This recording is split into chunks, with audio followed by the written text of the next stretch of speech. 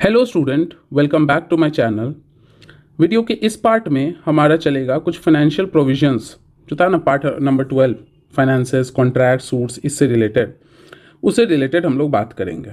281 तक हम लोग पढ़ लिए थे। आपका क्वेश्चन है कि most important 280 number article, 279 number article and 269 number article क्या था, किससे रिलेटेड था, कमेंट सेक्शन में बताइए। अभी आप कुछ मिसलेनियस वगैरह कि कुछ छिटपुट जो बच कुछ गया वही। 282 कहता है about expenditure defrayable by the union और state out of its revenue.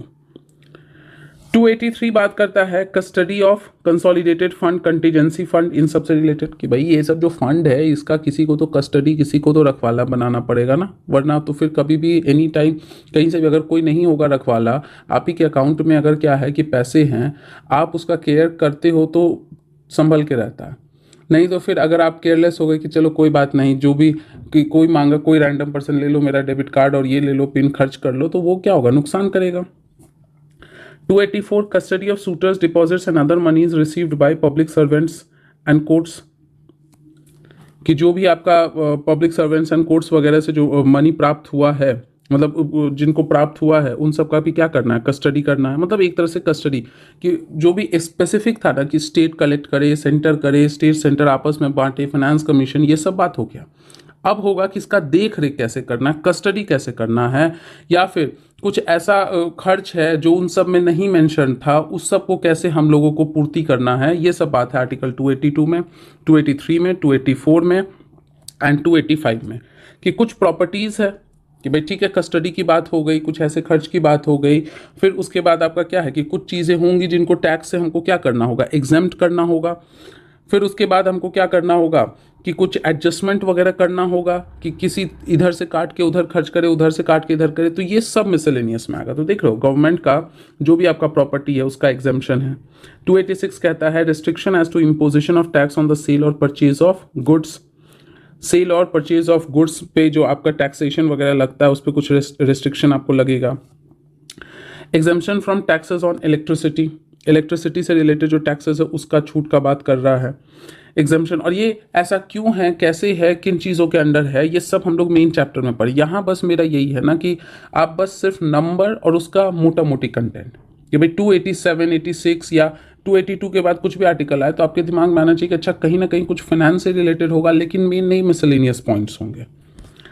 288 बात करता है exemption from taxation by state in respect to water, electricity के कुछ सर्टेन केसेस है उससे रिलेटेड आपका exemption. Exemption of property and income of state from taxation, कि स्टेट और यूनियन का जो भी आपका इनकम है, जो भी आपके प्रॉपर्टीज है, उसके कुछ एग्जेम्पशंस की बात हो रही है।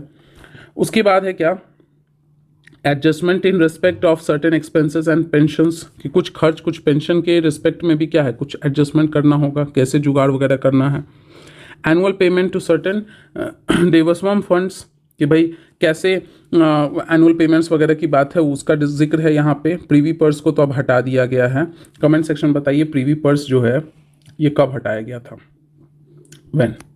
बाकी रेस्ट ये क्या है, ये सब हम लोग पॉलिटी और इकोनॉमी में डिटेल में पढ़ेंगे। हम 5 मिनट के वीडियोस में इतना डिटेल नहीं करना।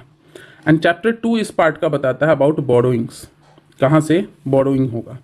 तो गवर्नमेंट ऑफ इंडिया के बोरोइंग की बात हो रहा है और स्टेट की, कि भाई गवर्नमेंट ऑफ इंडिया अगर बोरो करेगी तो कहाँ से, सिर्फ देश में ही करेगी, बैंक से करेगी, आरबीआई से करेगी, स्टेट गवर्नमेंट से करेगी, या फिर आपका पूरा का पूरा जो है इंटरनेशनली ओपन है। अगर स्टेट करेगा तो क्या इंटरनेशनली ले सकता है या विद इन द टेरिटरी ही करना होगा, विद इन द स्टेट ही करना होगा, इसकी बात करता है। तो इस पार्ट में इतना ही पढ़ते हैं, 2-3 बार रिवाइंड कर लीजिए, बहुत बड़ा वीडियो नहीं रखते हैं। अगर आपको लग रहा है कि ऐसे नहीं याद हो रहा है, चैप्टर पढ़ के होगा, तो आप चैप्टर पढ़ लेना, तब इसको 2 बार सुन लेना, बहुत फ़ायदा होगा। क्योंकि कोई भी चीज़ अगर आप सुनते हो, फिर इंटरैक्ट करके आंसर करते हो, फिर आप उसको बुक में देखते हो और 2-3 बार बोल बोल के पढ़ते हो, बहुत अच्छे से याद होता है। तो इस वीडियो में इतना ही रखते हैं। अगर आपने सब्सक्राइब नहीं किया तो ज़रूर सब्सक्राइब कर लीजिए। वीडियो पसंद आए तो लाइक कीजिए, दोस्तों में शेयर कीजिए। Thank you everybody.